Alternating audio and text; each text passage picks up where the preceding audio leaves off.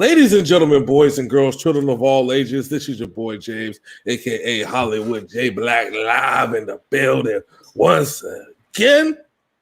And you already know what time it is. It is the NFL Week 3 rundown, baby. But you know we don't do this alone. I can't do this show alone. I got my man, my main man, Big MF and Sinners in the building. How you doing today, sir? I am doing good. It's been a hectic week, but everything is good. My phone is quiet right now, so I am good. While we're sitting here, he already did the week 2 rundown, so we ain't got to do that shit. But I do want to say this, though. Last week, we had a very good week that both of us did. You ready for these numbers? Oh, yeah. Let me hear this. I went 11-5. You went 12-4. So, It's comeback season, baby. Comeback after an abysmal week 1. So abysmal. I am now 16-16 at 500 for the season. You're the Miami Dolphins. And Hollywood is now 20-12. That's right. That's right. We're doing it. We're doing it big. Before we get into the NFL, doing it. Before we get into the NFL, quick shout out to the SEC for their semi-mediocre brand of football yesterday. We had Auburn barely beating Kentucky at the last minute. We had Oklahoma upset by Kansas State. Yes, Oklahoma upset by Kansas State. We have LSU losing to Mississippi State. It's all bad. It's all bad. It is all bad. See, I tell everybody, I said this is why these colleges need to play teams like Bougie State and Eastern Middle Western Tennessee Christian Academy. You know, there's a purpose behind it, so you get the little kinks out. You know what I'm saying, before the season's done.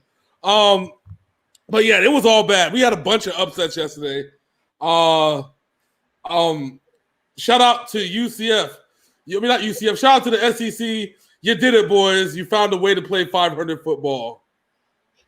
You find a way to play Miami Dolphin football. That's right. That's right.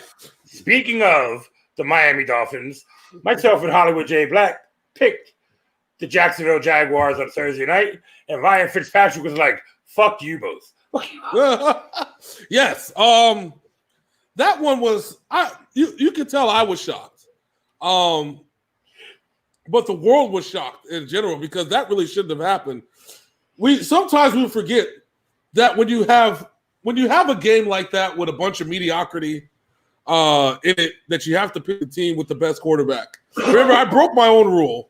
Yes, last time I should have picked Ryan Fitzpatrick because while he is erratic, he is the experience alone. He's a better quarterback than Gardner Minshew just because of the experience. So I should have picked it. I fucked up. My bad. And yeah, I fucked up too. But shit happens. It happens. We live and we learn. Blue and green pill, baby. And blue and yellow, purple pills. I take a couple uppers. I down a couple downers. Anyway, so moving on to week 3, we have some interesting matchups this week. We have a couple of undefeated teams going at it. We have a surprise undefeated team because nobody expected them to do last week what they did, taking on it's very weird to say this, a young, hungry, up-and-coming team that was very old last season. We have some games. So let's go ahead and start. Let's go ahead and talk about the first one. This first team I'm going to mention had probably the roughest first 2 weeks on their schedule. Yeah. Hi, we're going to start off the season with the Chiefs and then the Ravens. Let's talk about the Houston Texans, the 0-2 Houston Texans at the 2-0 Pittsburgh Steelers. And it's not like remember though when we did the NFL preview, we said that the Texans were going to lose their first 2 games. I said there's no way that they're going to beat the Chiefs and the Ravens in back-to-back weeks. It's just not going to happen. I said either they lose one or they lose both. It's just really how it goes. They weren't winning both at all. The Texans are in a weird spot. thanks to Bill O'Brien, of course, because let's trade our best wide receiver for a running back who hasn't done shit in 3 years. That's right. It makes perfect sense. Perfect fucking sense. You know what's messed up? That can of Pringles they got was amazing, okay? Hey, David Johnson had one really good run in the first game. Yeah, that was that 35-yard touchdown. And then jack shit the rest of it. One really good one. Just had it. But you know what, though? Shout out to the Texans, because since Arian Foster, and they have royally failed when it comes to running backs. I mean, they have. Remember they got Ben Tate from the Patriots in a trade, and that didn't work out, even though Ben Tate put up hella numbers. like hella numbers. And trust me, when Bill Belichick is letting him walk away for like a 6th or 7th round draft pick, he's not scamming you, folks. He is scamming you. Excuse me. He's trying to tell you this is about as much as he's worth to us. It's a warning shot. But the Texans cannot find decent running game ever since Arian Foster. Even then, that's shaky because Arian Foster was only good as long as he was healthy. Yeah, and he wasn't healthy often. No. This Pittsburgh team, their defense is not playing as well as people thought it was. Last week, they should have lost, but Drew Lock got hurt, broke his collarbone. Micah Fitzpatrick is not playing well, and his coach called him out, and he's now mad at his coach. So, listen, is his coach wrong? No, because don't forget, Micah Fitzpatrick did this in Miami. Oh, you don't respect me? I want out of here. Me. You know what I'm saying? Sorry. Let me tell you something. My man Mike Tomlin is not no soft ass punk ass coach. And neither is Kenny Flores, who he played for previously. Yeah. Well. Remember though, Minka was in there before Flores was there this first year. Who was the coach? What's his name? Gase? Yeah, Adam Gase. Yeah, he played for Gase the first couple years.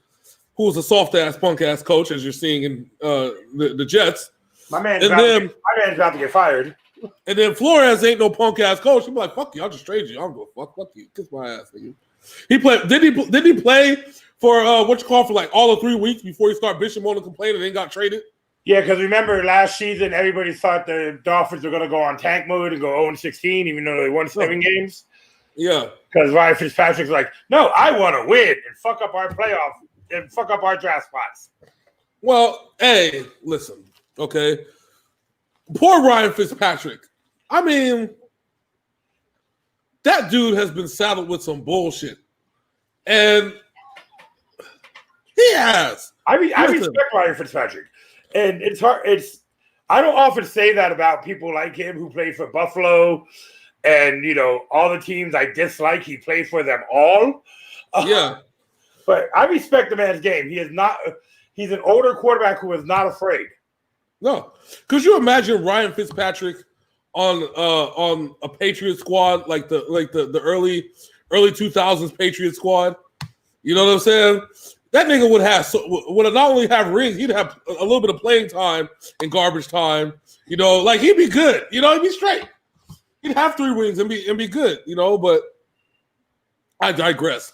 My problem with Mika is he's barking up the wrong tree with Mike Tomlin, because Mike Tomlin gonna play that shit. Mike Tomlin made Duck Hodges serviceable. You are expendable, motherfucker. Okay, all right. Mike Tomlin tried to kill a kickoff returner by tripping him at full speed, and then signed the year after. How many? Let me look in this book. I give. How many fucks does Mike Tomlin give? 0. There you go.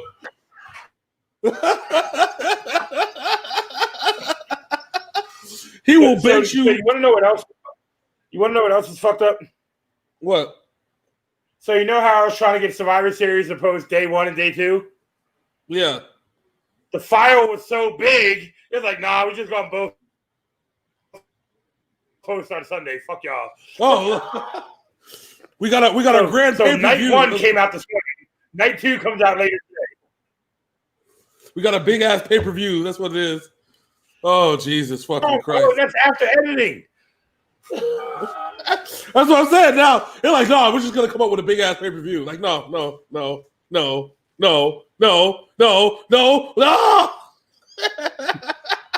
So, all right. So, do you trust the Steelers defense? I trust Ben Roethlisberger to a point. I trust James Conner to a point. I don't trust Juju. I trust the other receiver that's been balling his ass off. I think Johnson. Is James Conner playing? Yeah, Conner's playing because he played last week. Yeah, because he played last week. Everybody thought he was going to be out for a few weeks. He ended up playing last week and balling the fuck out. Got you. So, do you trust James Conner? Do you trust James Conner in this situation? That's the question that we got to ask ourselves. I trust that the Houston Texans are going to go 0-3. Hey, I said the Steelers were looking mighty playoff-ish this year. With Roethlisberger back, they're better. They're a way better team with Roethlisberger there. Yeah, book me for the Steelers in this one. All right. I don't see. I think I told you. I think this is the year Bill O'Brien gets fired. Hopefully. Yeah. For Deshaun Watson's safety, Bill O'Brien needs to go. Yes. How are you going to trade your receiver and not draft a good one in the draft? Fuck that, man. Fuck that. All right. Next up, we have a battle of 0-2 teams whose quarterbacks are getting destroyed. The quarterback of the Cincinnati Bengals now looks like Macaulay Culkin at age now. And Carson Wentz has just been getting rocked these first 2 weeks. We got the Cincinnati Bengals at the Philadelphia Eagles. Someone has to win or they tie. Someone has to. No one has to win. Remember, there's ties. This isn't college. Which is interesting because college used to have ties. It used to be much, much better back then. But anyway, I digress. Imagine playing remember college? Imagine playing 4 quarters of football. Overtime, what the fuck is that? There's overtime? What is this? No, the game's gone. We're done. What do you mean we tied with Bougie State University? Hold on. The clock says 0. Like, wait a minute. What do you mean we didn't beat Bougie State? What do you mean we tied with Bougie State? What does this mean? What do you mean we dropped ranks? Huh?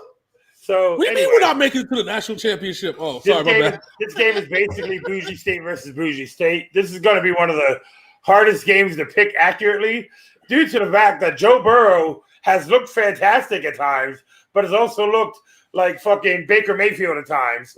And has also looked like, what's that dude's name who was before Baker Mayfield? Yeah. Oh, you talking about Johnny Manziel? Yeah, he looks like Johnny Manziel in the CFL at times. That's because he is under extreme duress. Remember, when you are a member of the Cincinnati Bengals, no matter what you do, you are under extreme duress. Okay, it doesn't matter what you could be. The bench player, you could be number 53 on the roster. Okay, you're under extreme duress, and this week is no different. This week is no different, my friend. We have Carson Wentz though, who I feel bad for this man. I do. I don't. I really don't. I do because this man's made of glass and he's just been taking shot after shot. I'm just waiting for him to just shatter completely into a million pieces. My man is Samuel L. Jackson from fucking Unbreakable. Mr. Glass. That's what we're waiting for at this point. That's the only thing that I'm anticipating. And it sucks because I respect the Eagles as an organization. I don't. Hey, I know you don't. Okay, I respect them for what they do. I'm just waiting. I'm like this. You know how Stone Cold used to tap the watch, listen for what time it is. That's what I'm doing, waiting for Jalen Hurts to come in. That's all I'm doing right now at this point because that's what's coming. If Carson Wentz keeps dying, and I think the O-line is setting him up so he dies. if you really wanted to ask me, I think this is a complete setup. I think this is the travesty that somebody needs to do an internal investigation because somebody's trying to murder Carson Wentz. Okay, that's what's going down. Meanwhile, in Cincinnati, there's only one place to go but up. Joe Burrow has improved game into the next game, and now we've come to a point where the Eagles look extremely vulnerable, and Joe Burrow just might play well enough to win this game because the Eagles are vulnerable. The Eagles' defense has been okay. It hasn't been great, but it ain't been bad. It's been okay. Yeah, Brian Cox, who is their best player, is playing like their best player. So yeah, but Joe Burrow's playing like a man on fire. But what's been surprising is that AJ Green has not. He's coming off of that bad injury last year. With no practice, no preseason. Him and Joe Burrow have no chemistry. Zero. None. Absolute zero. But it makes me feel like AJ Green doesn't want chemistry. AJ Green loves Andy Dalton. I'm just going to come out and say it and tell you like it is. Because the reports when Andy Dalton got let go, AJ Green was heartbroken. AJ Green wanted to go to the Patriots. He was like, I'm leaving. Yeah. I mean, he wanted to go to the Patriots since last year. I mean, the Patriots offered – the first time I've seen the Patriots offer anything higher than a third rounder was for AJ Green and Tyler Eifert. And Tyler Eifert was injured. We'll give you a second rounder and a third rounder, but you got to give us 2 offers, okay? I mean, Tyler Eifert's not there anymore. AJ Green's not looking like himself. The Bengals have nothing to show for it. Yeah, they won? They should have made the trade. They should have because they would have had at least some extra picks to try and build their squad. This is a very hard game. It's a very hard game to pick because neither team has looked really at all good in either game they played.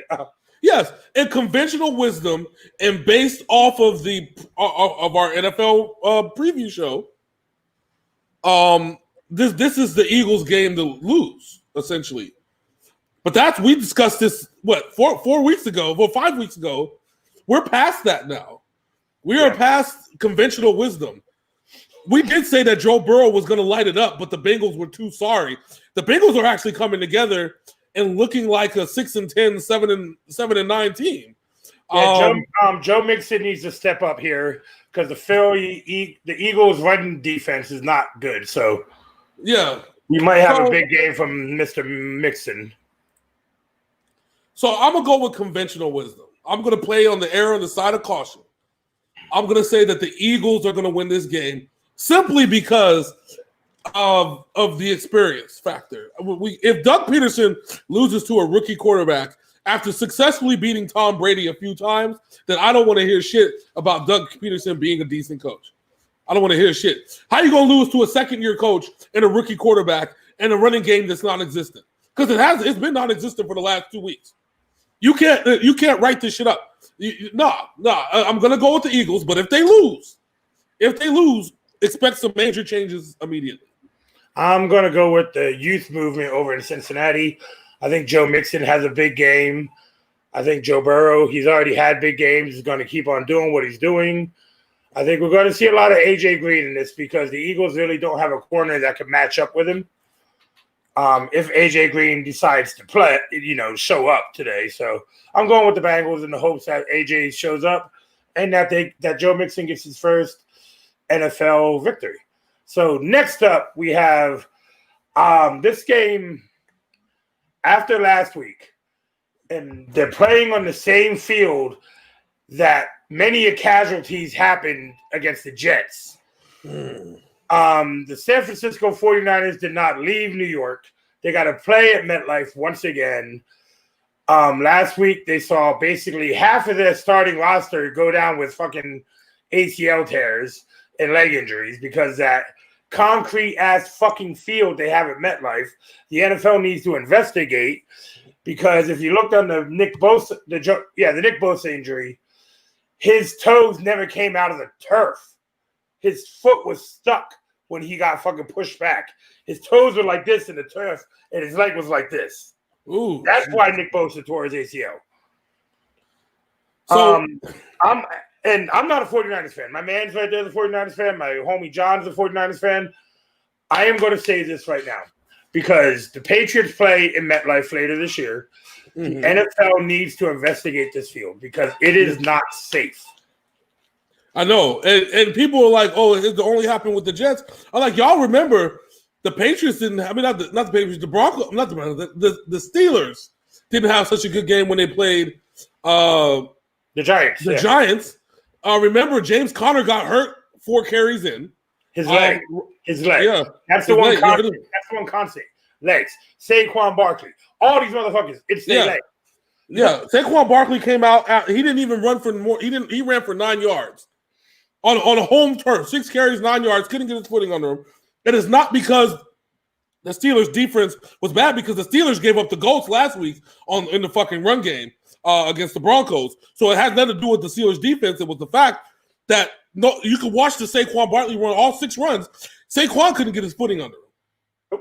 You know, so now we're basically the San Francisco Infirmary going against the New York Giants, who they're battling their own injury issues, and now they don't have a running back. Well, they signed Devontae Freeman, but Kyle Shanahan knows all about Devontae Freeman. So yes, well, yeah, and they learned a lot about this fucking field. So now ain't nobody going to be running shit. I don't even know if anybody's going to be passing shit in this game, to be dead honest. They're just going to have to be careful. The Giants still are not a great team. They're not a great team offensively. They're mediocre. They're average to above average, depending on who they play defensively. Like, they held back Pittsburgh for a little bit, but last week's game was just like, no, they just didn't do what they were supposed to do. Yeah. And I think it's more the same. Kyle Shanahan's going to have a game plan. Shanahan's a smart man. He's a cerebral coach. He knows how this field is. So he probably has a counter effect of counter plays to deal with how this field is. So expect Shanahan to move past this field and get the fuck out of New York. Well, you see, today they're without Kittle's not playing, which is a smart decision. Kittle, because his leg, he does not need to be on that field. Garoppolo does not need to be on that field. Mostert does not need to be on that field. Nick Mullins is starting, but I believe, and I'm going to make the pick now, I believe the 49ers defense, even though they're missing some key players like Nick Bosa and who was the other dude that got hurt? Solomon Thomas. These are big-time fucking defensive players. Yeah. Richard Sherman's out for the season. Is he out for the season? No, he's out for 4 to 6 weeks. Same time frame as everybody else. Everybody else is out for 4 to 6 weeks. Yeah, because this season, with what's going on with COVID, you can take people off the IR faster than you could any other time. So yeah. That also frees up a roster space. I'm going with the 49ers here due to the fact they're a better coach team. I say that with knowing the fact that the Giants head coach was the quarterback's coach for the Patriots, but he's going to need some more time with his players, Danny Dimes and them, due to the fact that there was no practice, was no preseason. So I am going with the 49ers because they're a better team. Well, you already know I'm going with the 49ers on this one. I think it's kind of like with the defense, it's kind of like the Belichick situation. Sometimes the scheme outweighs the players. If you plug the right people in, if you got the right built players and put them in the right spots, just like you did with the players that you currently have, you may not be great, but you're going to be good still. You know what I'm saying? It may be some downside a little bit, but those players are still going to perform the way that you want them to perform. That's one thing I've liked about the Niners defense. Niners defense was good before Bosa got there. They just become extremely great with Bosa. Yeah, so Bosa takes up like 2 to 3 people every fucking play. Yeah, exactly. and they'll just make it work. And I think that's what it comes down to. The Giants is going to be a long day for the Giants. I think the Niners got this one fairly easily. Yeah, Tevin Coleman and Jarrett McKinnon are going to have a big day rushing the ball as long as they stay. And I think the X factor in this game too, because he showed up last week against the Jets, is Jordan Reed. He actually showed out last week. So when and I told you this, I told John this, when Jordan Reed is healthy, he is a top 10 tight end in the NFL. Well, remember, so it's funny that the 49ers have 2 Redskin players that had injury problems and now are making the most of it, Trent Williams and Jordan Reed. So we'll see how it goes. We're both going with the 49ers on this one. Next up, we have a team that pulled out an improbable victory, opening up their very new home here in Las Vegas. We have the Las Vegas Raiders taking on the young, and like I said, it's weird saying this, the young, up-and-coming New England Patriots. You know what's funny is that during the NFL preview, I said that the Raiders may open up the dome with a win. May. I didn't say it was guaranteed. Let's preface this with the Saints played like shit on Monday night. Well, so no Michael Thomas. And the fact that here's something that I found out. You know that Drew Brees is significantly worse on the road than he is at home? Yeah. Like significantly. Not like yeah, because if you look at the stats, the Saints running backs on the road when they travel have put up much better numbers and they have higher run counts because Drew Brees is not throwing the ball on the road. Exactly. And now we factor in they're playing in a new stadium. They've never been in the stadium. They don't have the feel of the field. They haven't had time to do passes and all that stuff. Yep. The Saints have problems, and they got exposed against the Raiders. The Raiders came ready to play, and apparently the Saints didn't. But now it doesn't matter because they're on the road, right? It's in New England. So Gillette, Foxborough, whatever name that you want to slap on it, is still one of the toughest places to play in the NFL. I don't care how many fans are in there, not in there, et cetera, et cetera. It could be 0 fans. It could be 1 million fans in there. It could pack it like a college stadium or use it as or the Chargers fans can show up, which is like 6 of them. Doesn't matter. You know what cracks me up about this? What? Cam Newton is already in the top 4 for the MVP this season. Oh, yeah, very easily. Dude, last week's game against the Seahawks was an absolute fucking classic. That was vintage Russell Wilson and vintage Cam Newton. Like, that was like... And Julian Edelman playing for James White. It was 2014 all over again.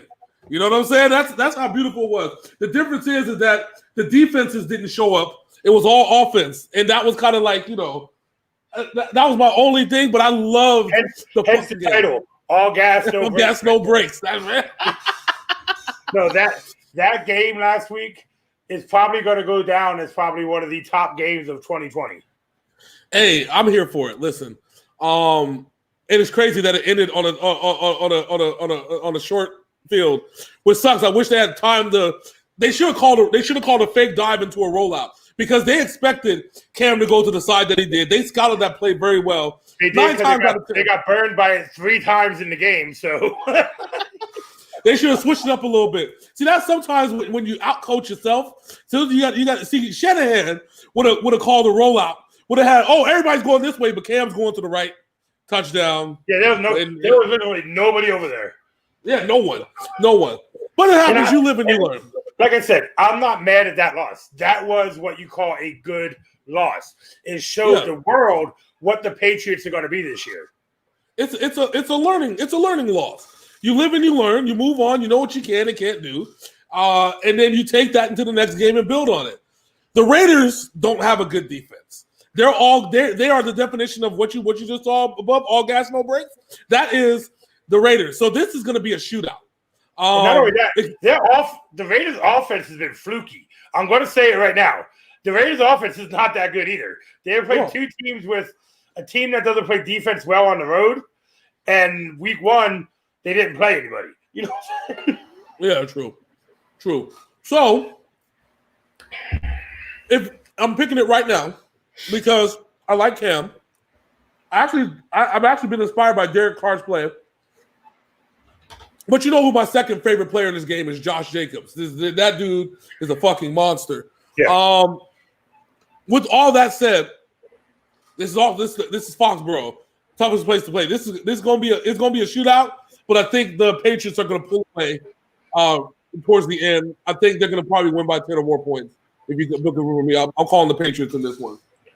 Julian Edelman, not only last week, Julian Edelman had this career high receiving yards. I was like, oh, he caught 20 balls in a game one time. Yeah. Mm-hmm. Mm-hmm. And I told you about the metrics of that pass that he missed in the end zone. Cam Newton threw that ball 75 miles per hour.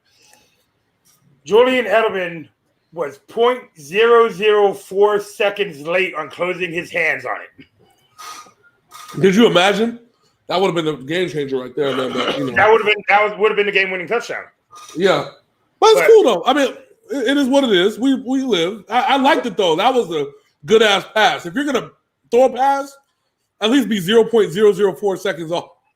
Cam Newton is showing that he is doing what he said he was going to do. Prove the other 14 teams that did not fucking call him made a mistake. Mm-hmm. And now, based on his play, rumors going around the NFL is the Patriots are ready to give him a $40 million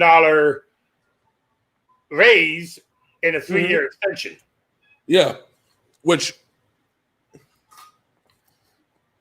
they got an MVP for nothing. Imagine being one of 14 teams. Imagine being one of 14 teams that need a quarterback that those quarterbacks are injured, out, or trash. Right? You needed a quarterback one. And now the Patriots came in and swooped up a MVP for the NFL minimum. Well, I texted you this. The best part about Cam Newton's contract is the fact that if he gets all his incentives, he gets to dress the New England Patriots coaching staff. Oh, just imagine he gets him to the playoff, hits all the incentives. Oh, yeah. Bill Belichick gonna be walking around all flied out, dog. Remember I told you. I said if Cam Newton starts the season, the Patriots are a playoff team and possibly a Super Bowl team, given where they are. And it's come to fruition. They're looking great. So I'm taking the Patriots in this one easily.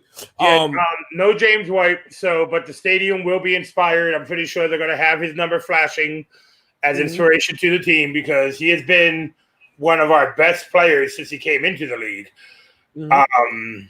I'm going with the Patriots here. I think they are too good to lose to the Raiders, and I just don't trust the Raiders right now.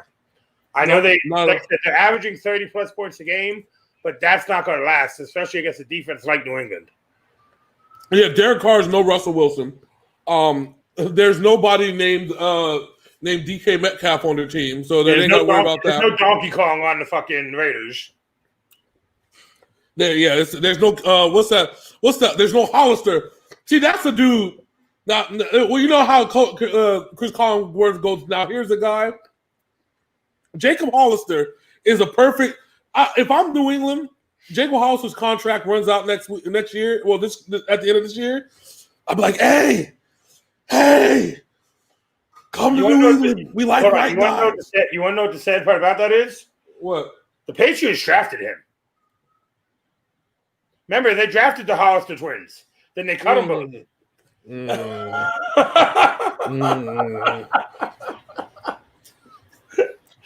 You remember 5 years ago that draft, they drafted both of them.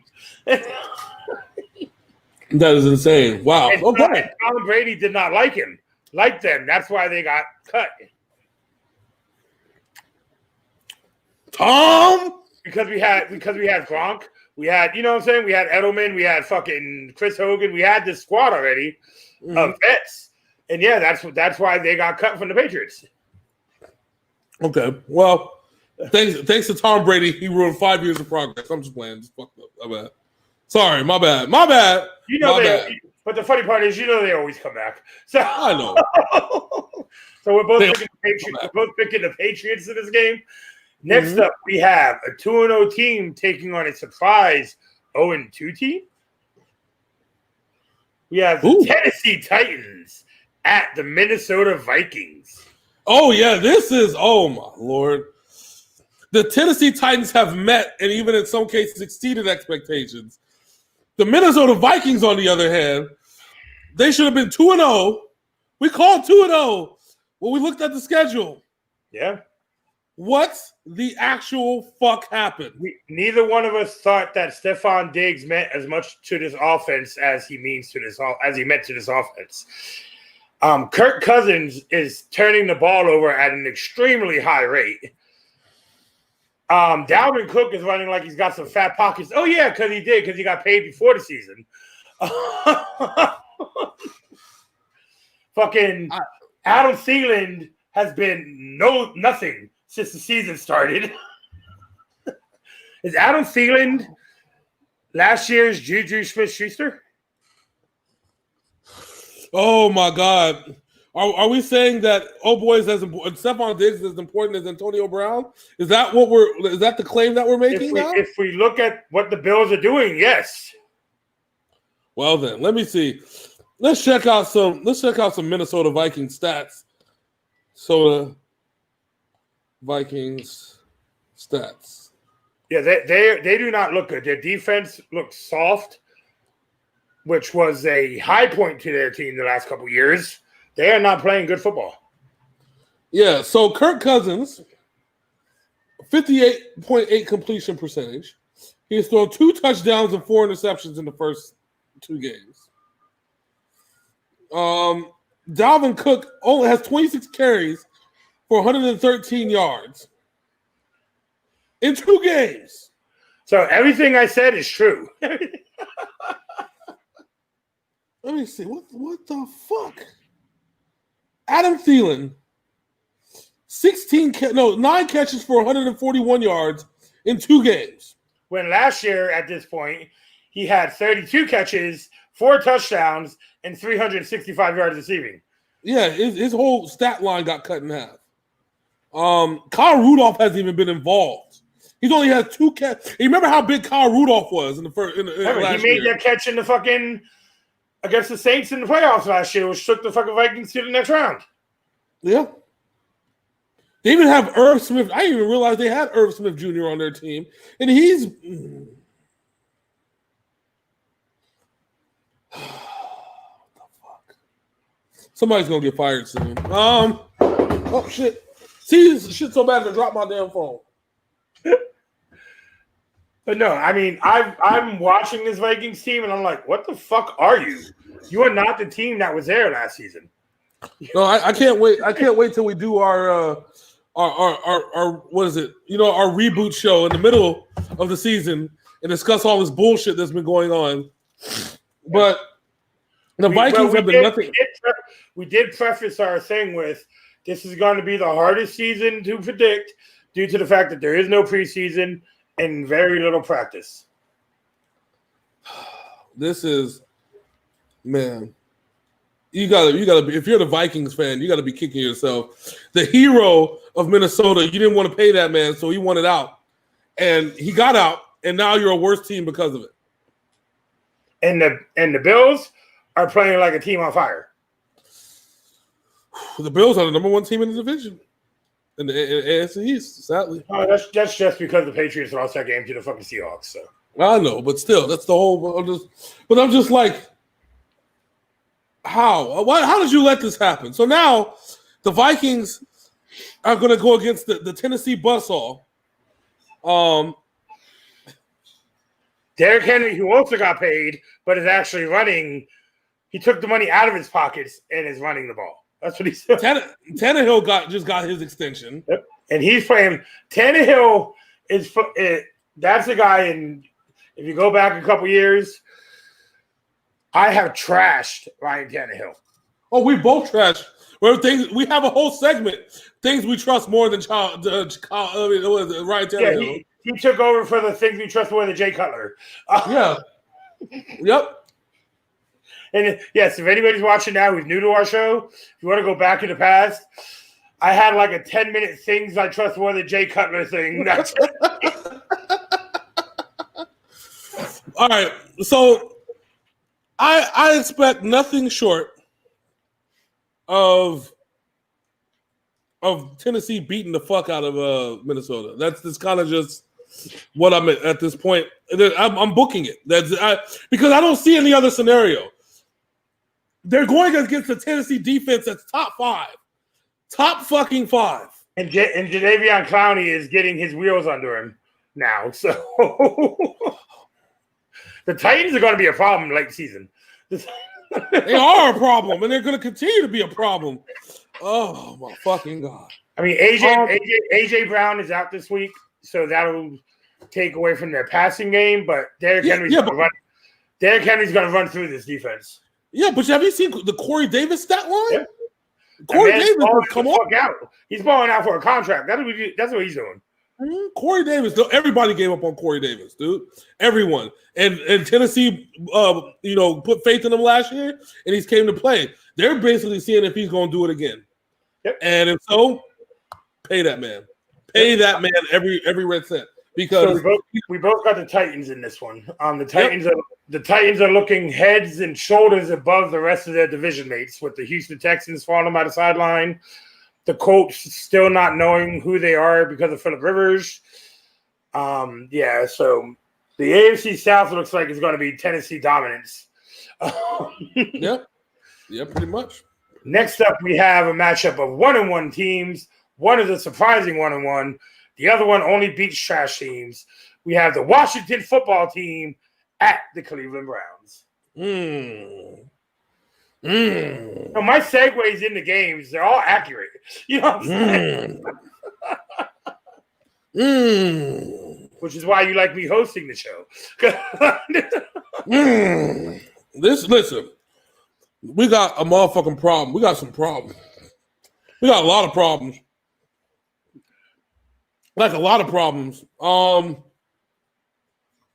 Washington has no identity, except their defense is really good. Literally and figuratively. Yeah. The football team. The football team. And now they're playing another 1-1 team. Well, they have Chase Young, who is the bright spot of that defense. Honestly, I don't think the Browns will know what they're getting themselves into with this game. We don't know. This is a nameless football team, so nobody knows what they're ever getting into dealing with Washington because they're nameless. But that's just, I digress. But in all honesty, this is the game I can't call. This is a rough one. Just because I don't know what Browns team's going to show up. Is it going to be the offensive juggernaut? I think in this game, it has to be the Nick Chubb, Kareem Hunt show. Yeah. Although Kareem Hunt was nowhere to be found last week. No, the week before. So Kareem Hunt was nowhere to be. Week one was rough for both of them, but they were playing the Ravens. That's why. Last week against the Bengals, Nick Chubb and Kareem Hunt went the fuck off. Yeah. Very true. Very true. If you had to, the problem is that the Browns' vaunted defense made Joe Burrow look like the greatest All-Pro of all time last week. But also made him look like shit. Joe Burrow was every other drive was good and bad. And I'm afraid that, if Hoskins gets confidence and his feet under him, that he might just have a decent game. That's the only thing I'm afraid of. Because Hoskins, when he has confidence and he knows that he's connecting, he's a halfway decent quarterback. No, Dwayne Haskins, he's still learning. He is. And I think right now he's looking in the rearview mirror due to the fact that Alex Smith can play football. Yeah. It's just the Browns' line, even with Myles Garrett, has not met expectations. We thought they were good. They actually took a step back this year. Yeah, Myles Garrett needs to get back to being mean asshole Myles Garrett. Yeah.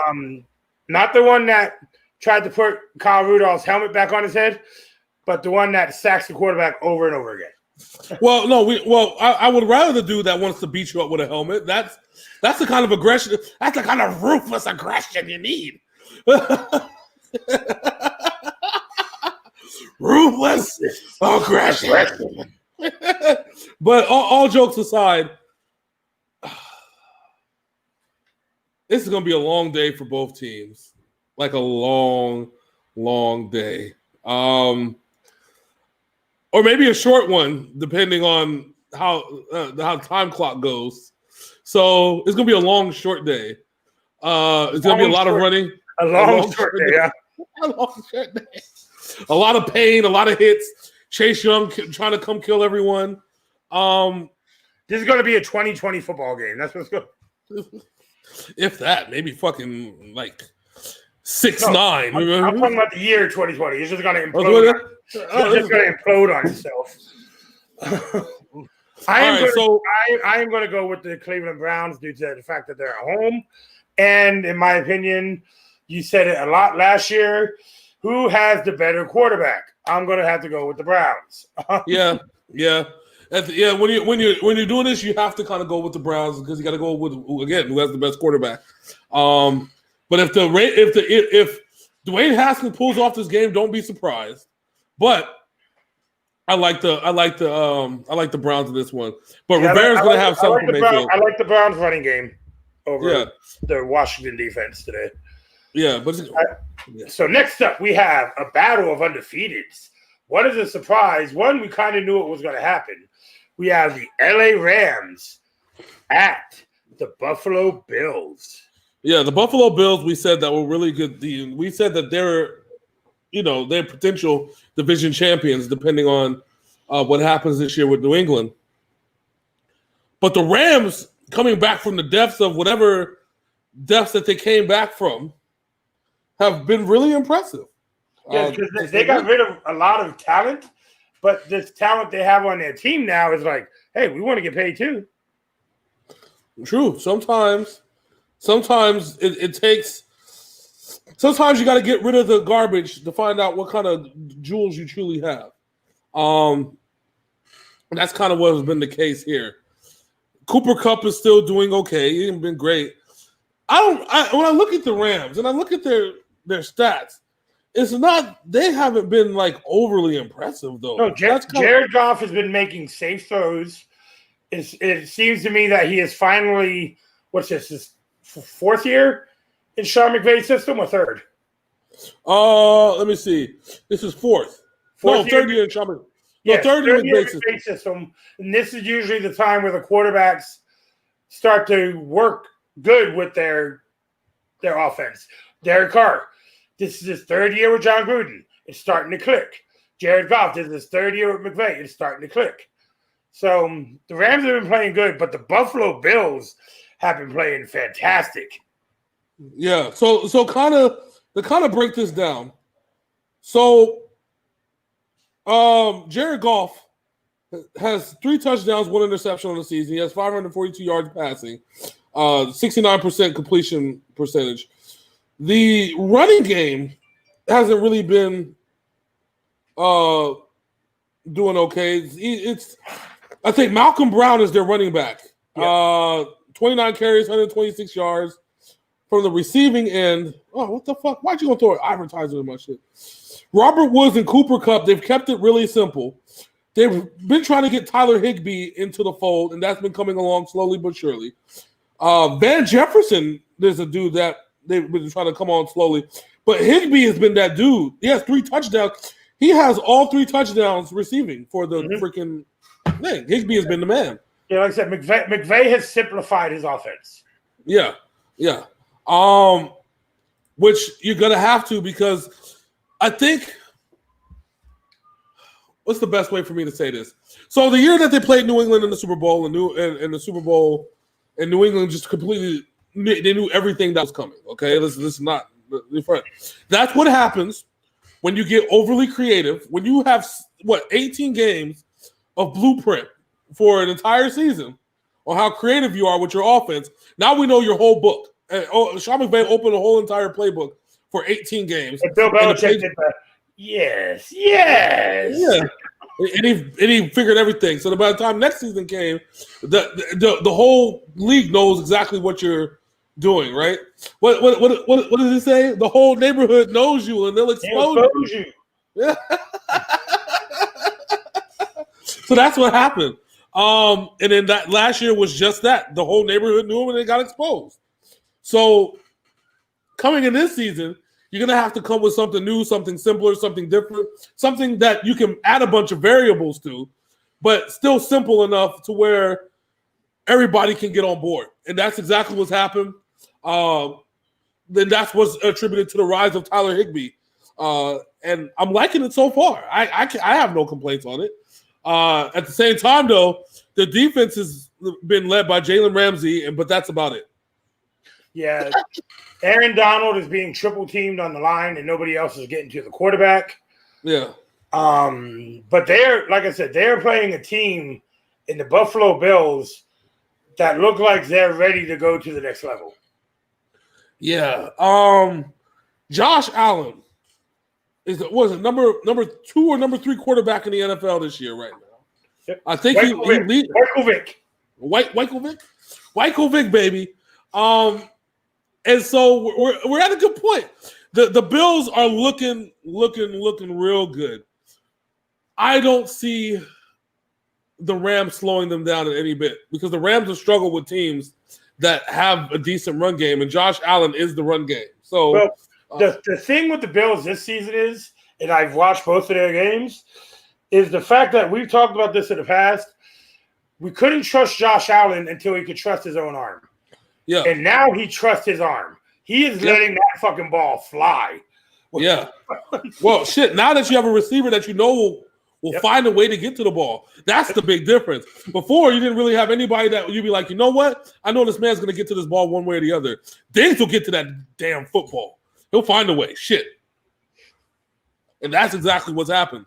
He'll get to that damn football. Yeah, I'm picking the Buffalo Bills here. I don't think the Rams are good. I don't think they're good enough. But I think Buffalo goes up 3-0 in their season. So. I think so, too. I think a lot of people underestimate Buffalo's defense.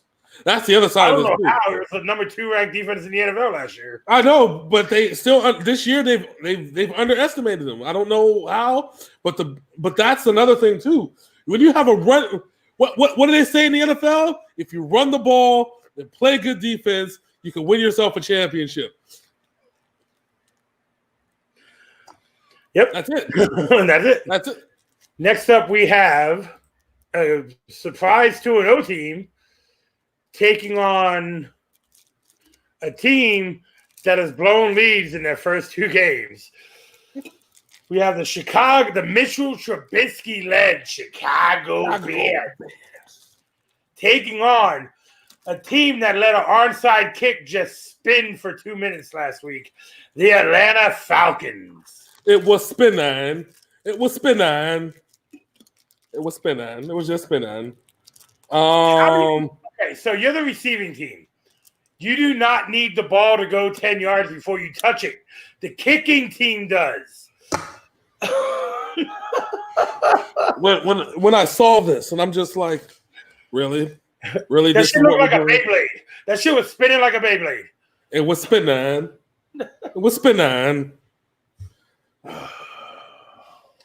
Lord baby Jesus. Okay, so the Atlanta Falcons under Dan Quinn, have now giving up a 29-3 lead in the Super Bowl, a 30-point lead against Dallas, a 14-point lead in Week 1.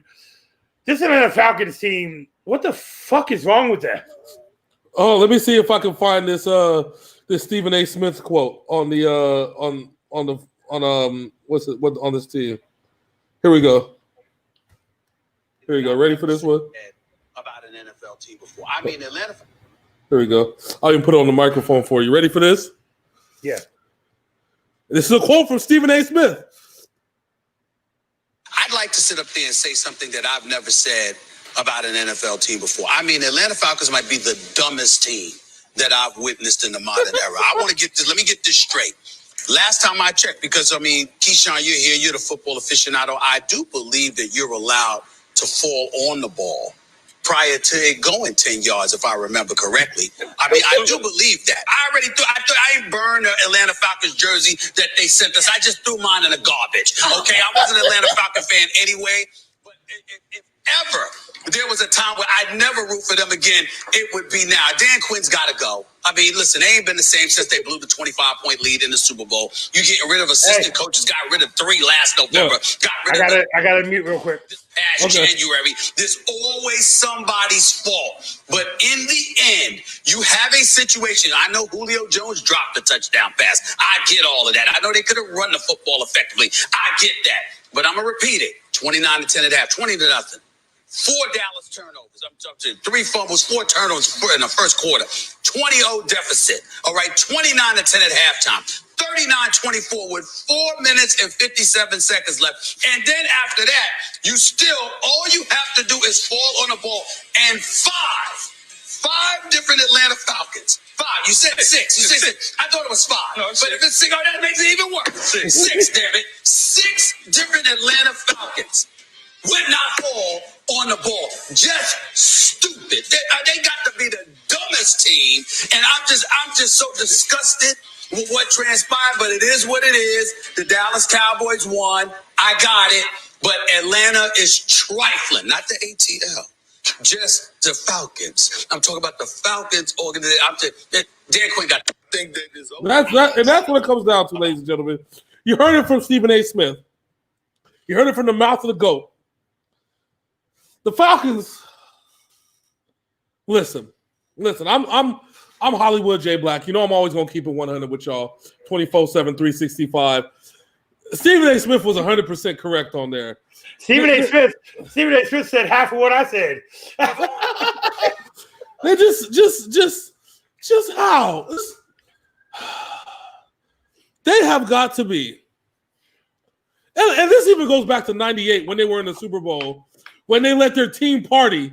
You know what I'm saying? How you gonna let your team party and then one dude gets into a shootout? Was it Eugene Robinson? Was it sexual assault or gun charges?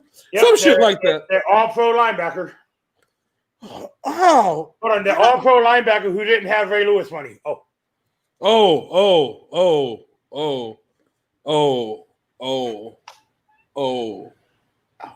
And who? Yeah, the Atlanta Falcons. I'm just gonna say this: you guys are fucking losers. I don't say that about fucking certain about things. You guys are fucking terrible. You guys are the Florida Marlins of the NFL. But you guys don't sell your talent like the Marlins do. You guys just shit on yourselves. That's what the fuck you are. Hey, at least every time the Marlins have made the playoffs, they've won a championship. Which they just I'm booking the Marlins to win the World Series just because they made the playoffs this year. They made the playoffs because there's 32 teams in the playoffs. Every team made the playoffs in baseball. Anyway, Mitchell Trubisky has not played the best, but he's played better than anyone expected. I think it's because Nick Foles is backing him up, and he's like, I don't want to lose my job to this man. He lost his job to a porn star. He's like the title of Bray Wyatt's song, Living in Fear. That's exactly what he's doing. Mr. Trubisky is you know what Mr. Trubisky is? He's a tale of two halves. Every game.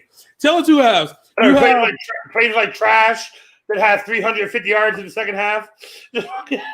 And last week, he played like a genius in the first half.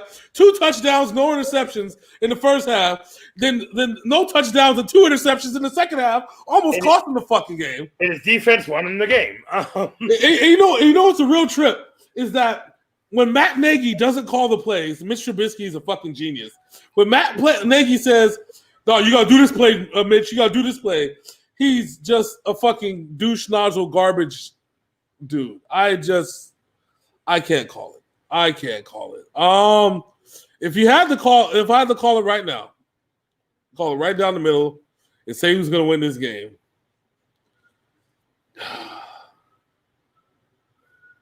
I don't know. Mitch got to lose one. I got to go with the Falcons. You can't be that talented and go 0-3. Like, you just can't. You can't be the most talented 0-3 team in the NFL. Because if you are, then we got a problem. We got a big-ass problem. I'm picking the Bears also. Sorry, that was a work call. You know I'm on call, so I ain't got to go nowhere. So okay. No, I picked the Falcons. Oh, you picked the Falcons? Well, I'm picking the Bears. I think the Falcons are absolute trash, and they're fucking the NFL fucking special teams who's not going to get any fucking donations from anybody. That's what the fuck they are. I just think you can't be that talented and go 0-3. If you do, you might as well just trade everyone at that point. Just gut the entire fucking organization. All right, and just Dan Quinn, here's what you're going to do. You're going to take that big-ass wide receiver, number 11, and you're going to send him to Cam Newton in New England, and you're going to trade Julio Jones to the Patriots for a 7th-round draft pick in 2056. Okay? 2056, huh? Jesus fucking Christ. All right, next up we have a team that is 0-2 with a quarterback, but they lost their all-pro running back for 4 to 6 weeks, taking on a team whose doctor deflated a lung of their starting quarterback. We have the Carolina Panthers at the LA Chargers, a game that is going to be the lowest rated game of this season because Christian McCaffrey is not playing. I was gonna say, I was like, Carolina got to get a win, and then you fucking said that. Oh my fucking god! Yeah, Christian McCaffrey hurt his leg last week. He's out 4 to 6. Oh my god! Why, Lord? Why? The rookie quarterback for the Chargers picked apart somewhat mediocre defense in Kansas City last week. Almost led the Chargers to a win over Kansas City, which actually knocked Kansas City out of the number 1 spot in the NFL.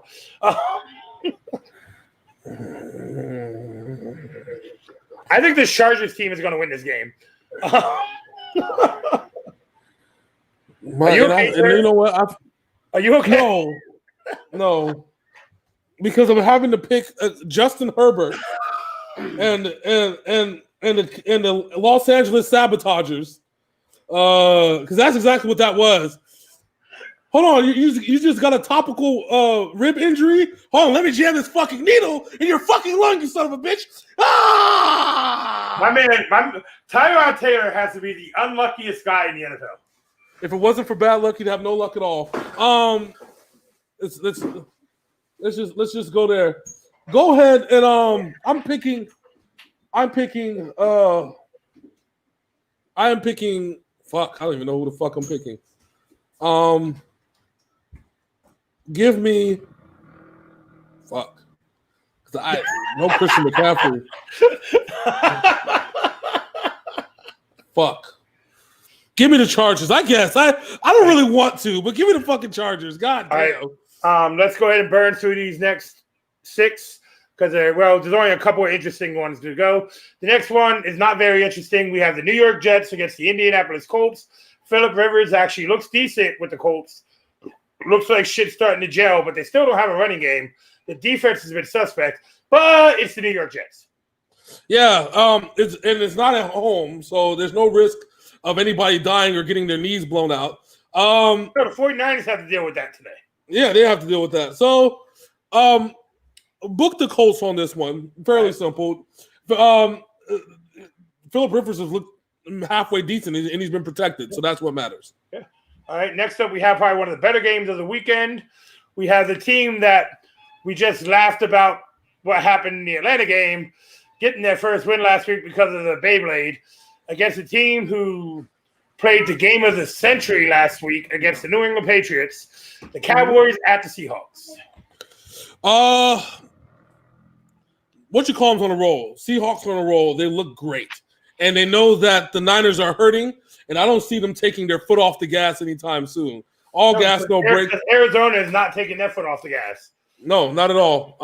So I got to take the Seahawks on this one. As much as I think the Cowboys as a whole are a better team, and you'll never hear me say that, Russell Wilson is the best quarterback in the NFL. Point blank, period. Right, it's not even close. Next up, we have a team that found their offense last week, kind of, taking on a team with a backup quarterback because their future got hurt. The Tampa Bay Buccaneers at the Denver Broncos. Tom Brady has struggled in Denver his whole career. Yes, but this is a different story. Tom Brady has found his footing, and Bruce Arians is the quarterback guru. So we know he's going to call plays. I think it's going to be a lot more running than passing. the Broncos are going to struggle without Drew Lock for the next few weeks. Yep. Point blank period. Because they struggled without Drew Lock last year, and they even had Joe Flacco, which is a better option than the one that they have now. So with that said, I'm taking the team that's not the Broncos. Sorry. He's taking the Buccaneers. He's taking the Buccaneers. Yeah. All right. Next up we have, and we're speeding through this because it looks like he's got to go somewhere, and now I'm going to a football thing. So next up we have the Detroit Lions at the Arizona Cardinals. The Arizona Cardinals look like one of the top teams in the NFL right now. So we're gonna call it the A-Town Stomp, not from Atlanta, but the Arizona Town Stomp. Because that's exactly what's going to happen to Detroit. Unfortunately, I'm banking on your coach in Detroit getting fired. Please fire this man. And the only way that this man can get fired is with absolute victory by every other team in the NFL. So with that said, I'm picking the Arizona Cardinals to win this game. I'm picking the Cardinals due to the fact that they have looked excellent in both of their games this season. Yes, against the non-beaten up 49ers. Yeah. Yeah. Kyler Murray is that dude right now. He's a 5'7". That 35 pounds of muscles that he put on the offseason is helping him stupendously. He is a top 5 quarterback right now. Yeah, easily. Right now, definitely for sure. Yeah, book it all day. Book it all day. Arizona's got this one. There's no other redeeming qualities in Detroit that'll even maybe say it. Take Arizona. Adrian Peterson might get some yardage, but that's about it. That's it.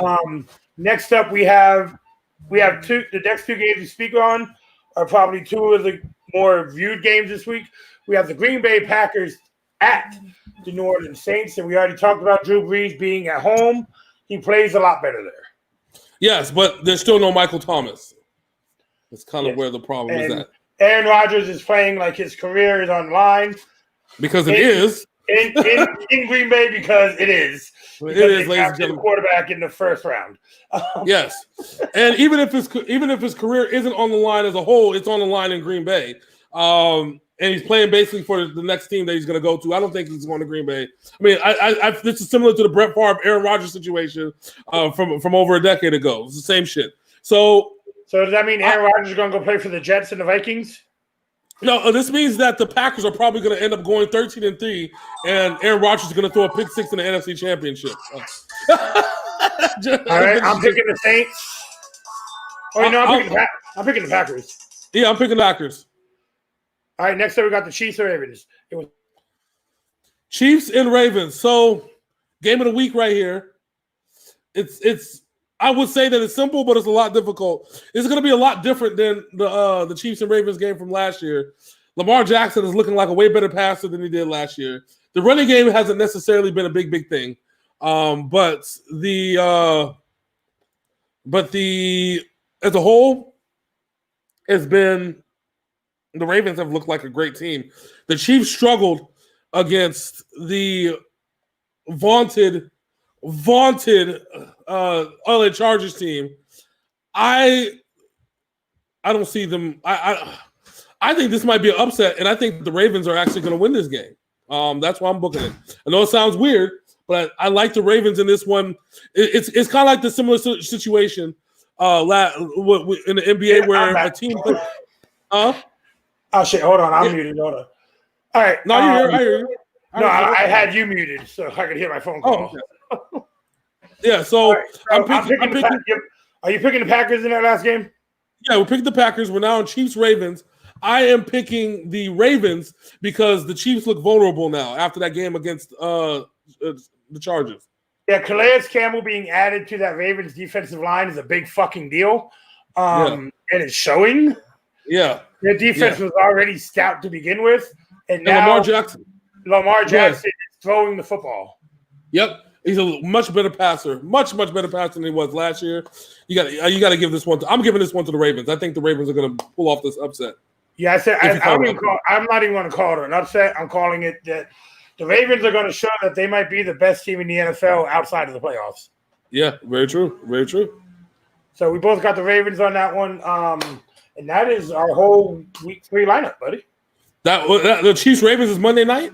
Yes, sir. Ooh. All right, well, definitely got to be on that one. Packers Saints Sunday night, Chiefs Ravens Monday night.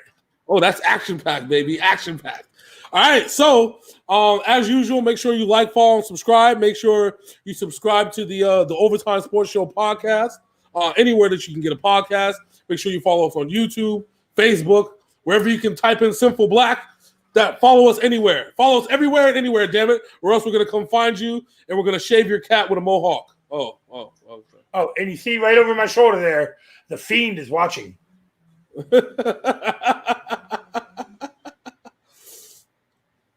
Oh, Lord. You see him? Let me in. Yeah, I see you. Let me in. But you got to let us into your homes. That's My right. name is Big Motherfucking Sin. That man over there is Hollywood J to the Blizzak. We are Sinful Black Entertainment, and we are out this bitch. Deuces.